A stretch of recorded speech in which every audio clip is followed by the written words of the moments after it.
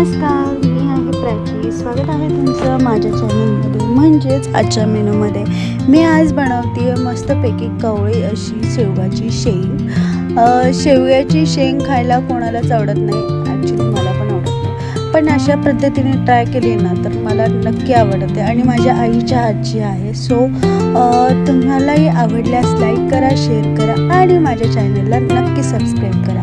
चला तर मग रेसिपी चालू करूया. तर मी सगळ्यात आधी अशा कवळ्या छान बारीक शेंगा घ्यायच्या, बारीकच घ्यायच्या आणि मोठ्या जाड घेतल्या तर त्यातल्या बिया ज्या असतात त्या कडक असतात आणि त्या खायला चवीच्या लागत नाही. सो शेंग घ्यायचे, ती कट करायचे, तुम्हाला हव्या त्या छोट्या मोठ्या आकाराने कट करायचे आणि त्याच्या ज्या शिरा असतात त्या आपण काढून घ्यायच्या. जेव्हा आपण शेंग शिजवल्यानंतर खातो तेव्हा त्या शिरा चांगल्या लागत नाही आणि त्या टोचतात, त्याच्यामुळे त्या शिरा पण काढून घ्यायच्या. आणि मी एका मिक्सरच्या भांड्यामध्ये खिसलेलं खोबरं आणि लसूण, दॅट्स इट, एवढं खिसलेलं खोबरं आणि लसूण याचं वाटण करणार आहे. तेवढंच आपण जास्त मसाला टाकणार नाही आहोत भाजीमध्ये.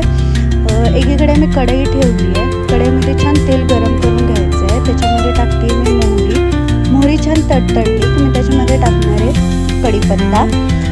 कढीपत्तासुद्धा छान गरम करून घ्यायचा आहे. त्याच्यामध्येच टाकते मी बारीक चिरलेला कांदा. कांद्याची क्वांटिटी थोडी जास्त घ्यायची म्हणजे ग्रेव्ही छान थिक होईल. आणि त्याच्यामध्ये मी टाकणार आहे टोमॅटोसुद्धा छान लाल करून बारीक कापायचा आणि छान टोमॅटो आणि कांदा छान लालसर होईपर्यंत परतवायचा आहे. आणि त्याच्यामध्येच मी टाकणार आहे आता थोडेसे स्पायसेस.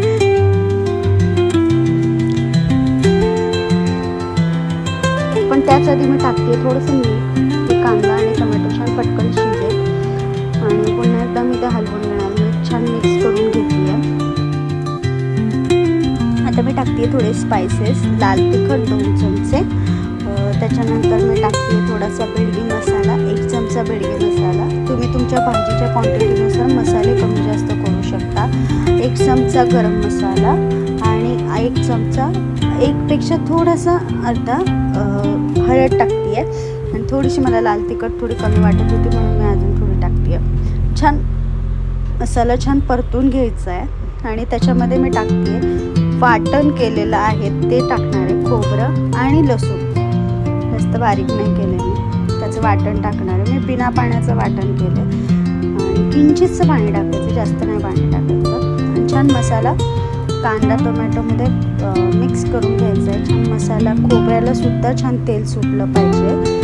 अशा प्रकारे छान मसाला भाजून घ्यायचा. बघू शकते ते थोडं आत्तापासूनच तेल सुटायला चालू झालं. आता मी याच्यामध्येच टाकते कट केलेल्या शेंगा. ह्या शिजवलेल्या नाही, ह्या विदाऊट शिजवलेल्या आहेत. मी तशाच टाकते, शिजवायची काहीही गरज नाही आहे. छान मसाला त्या शेंगांमध्ये फ्राय करून घ्यायचा आहे. छान शेंगांना काठोकाठ मसाला लागला पाहिजे म्हणजे शेंगा खाताना छान अशा मसालेदार लागेल.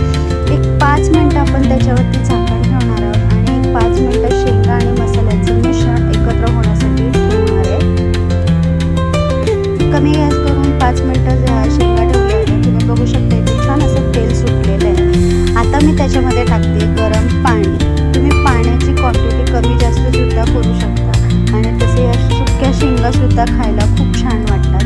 मी रस्सा भाजी करते आहे, सो मला ही रस्सा भाजी आवडते आणि ती छान अशी मसालेदार भाजी बनवते. एक 5 ते 10 मिनटं उकळी येऊपर्यंत भाजी ठेवायची. भाजीला थोडासा घट्टसरपणा आला, शेंग शिजली की आपण गॅस बंद करायचा आहे.